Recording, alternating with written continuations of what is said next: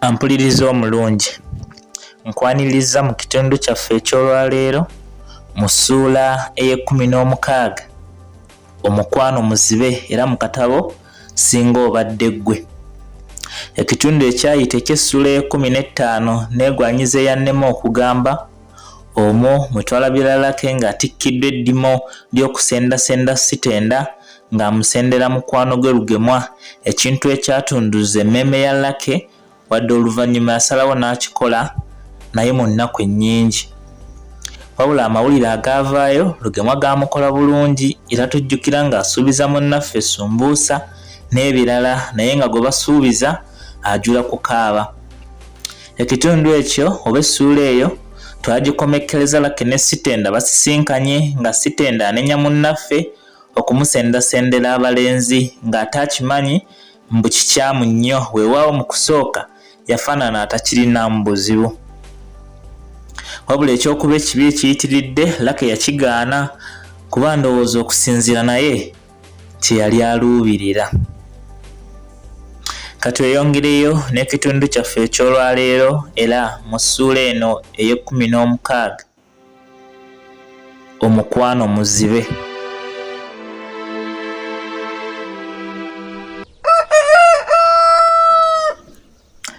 Ebibuuzo nga biwedde twalina okusiibuligana okudda eka, wabula mu kaseera kano Sitenda yali ategedde bwe mmwegwanyiza wadde nali sinnamugambisa mumwa, naye ebikolwa byange byamuweereza obubaka n'ategeera kye ntya okwogera era nange ne mmanya nti antegedde nga nsinziira ku ngeri amaaso ge gye gaayanukulangamu nga nnina kye nkoledde mu kwebwalabwala.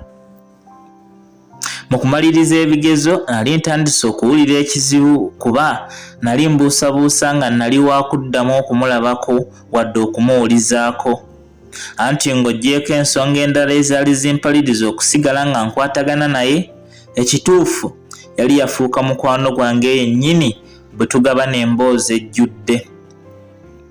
Wabula wakati mu kweraliikirira kino yantegeeza nga bwe yalina essimu ya mukulu we kwe nali nsobola okuyita okumufuna.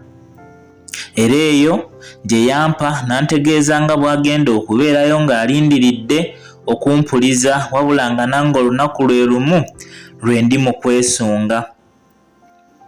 Nga ye nange saalina ssimu ya bwannannyini era mu lukujjukujju nabbangawo ya maama oluusi nga mulimba nga bwe nnina bye njagala okuginoonyesa olwo nga si wa kunkaluubiriza nnyo okugimpa.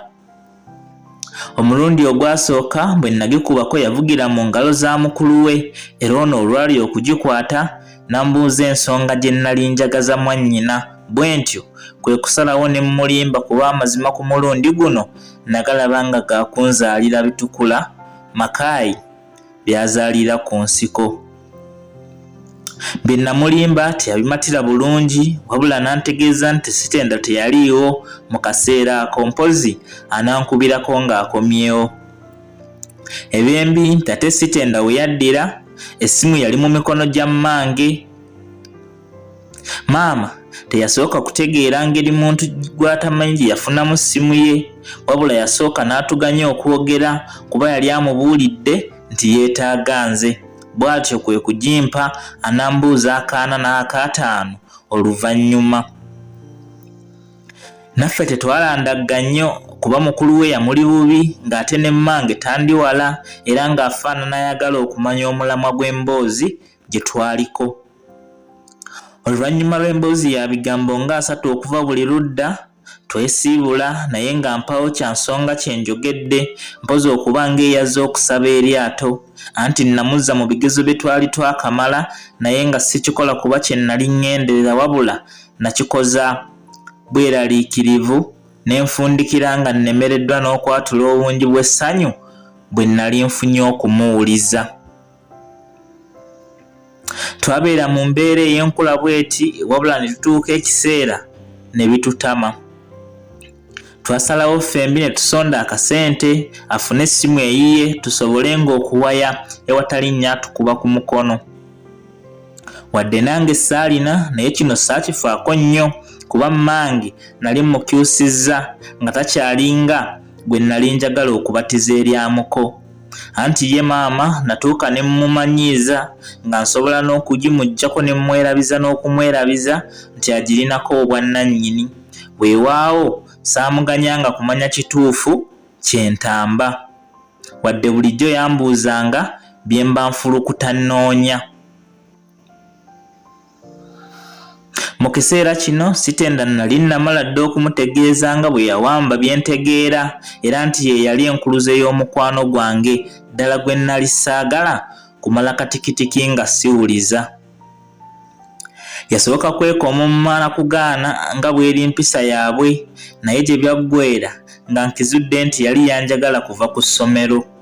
Wabula nga yatya kuŋŋamba kuba yalina okukuuma ekitiibwa kye ng'omuwala ataakula bukuzi wabula era eyakuzibwa. Nange ekyokuba nga nali namwagala kuva mu biro ebyo nali nkyogera lumoonyere nga mulere gwa Ssuuna, kuba ddala ge gaali amazima. Ebiseera bwe byagenda byeyongera, munnange ono yayongera okuwamba endowooza yange ng'era saagala wayitewo wadde eddakiika nga simuwulizzaako. Naye ndowooza bw'atyo bwe yali awulira gye ndi, anti nga tasobola kuganya budde kuwungeera ne bukya nga tanjagalizza kiro kirungi, oba okubuganya okukya ne buziba nga tansabidde kusiiba bulungi. Munnange Jovian naye nasooka ne mmulowoozaako, wabula engeri ebbanga gye lyali liyise eggwanvu ate nga sirina nkwatagana naye, ebibye natuuka ne mbiteebereza nti byali bya kito ebitaalina nnyo nsonga. Nga bwe nali nkoze okufuna omundi naye namuteebereza okuba nga yafunayo omulala, sinakindi abalala okusinziira ku bbanga eryali liyise. Era natuuka nga nkoma kumulowoozaako ng'eyali, olwo nga sitenda yeefuza ensonga zonna ezeekuusa ku mukwano ogw'omunda. Wabula lumu maama nga yalina essimu, sitenda yaweereza obubaka obuwandiike obwali busoma nti, munnange Lake, njagala ntwala omukisa guno okukutegeeza nti nsiima nnyo by'onkolera, ng'okunjagala n'okundaga nti ofaayo nnyo gye ndi. Naye siikulimbe nti oba kino kye mpulira gy'oli gwe mukwano ogwa ddala oba kyo kyawukana. Naye kituufu mpulira nkufaako mu ngeri ey'enjawulo. Saagala kintu kyonna kirumya kukutuukako munnange. Neewala nnyo okukunyiiza era bwe mba nkikoze nnumwa nnyo oluusi ne nnemwa n'okulya. Ku lwa by'onkoledde weetaaga kusasula, naye ekibi sirina nsimbi nti oba nkuweereze, ate n'ekirala oli wala nnyo nange. Mpozi kye nnyinza kukusuubiza nti omutima gwange n'obugagga bwagwo bwonna biriba bibyo lubeerera, era nkusaba naawe onsuubize bw'otyo nti lwakiri luliba lumbe. Naye nti nga tukyalina obulamu oliba nze, nange ndibeera ggwe, kinnyongera essanyu n'okuguma bye ntandise okufunira mu ggwe.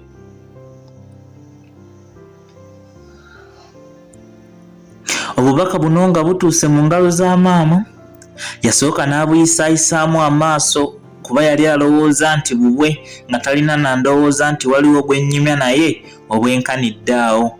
Anti emirundi gy'emabega bonna obubaka bwe yansindikiranga, nze olwabanga okubusoma amangu nga mbusiimuula era nga ne bwempeereza mbukola kye kimu okubuza obujulizi, wabula ku guno omulundi ddala byali bisobye. Ampuliriza omulungi, kankusaba onzikirize nkomeko wano n'ekitundu kyaffe eky'olwaleero mu ssuula eno ey'16 omukwano muzibe. Mpaka omulundi omulala era we tunadda n'ekitundu kyaffe ekirala mu ssuula yaffe eno yennyini, ate twongere okumanya biki ebyeyongera. Atakuumira mpeera abankuumire mwenna era mweraba.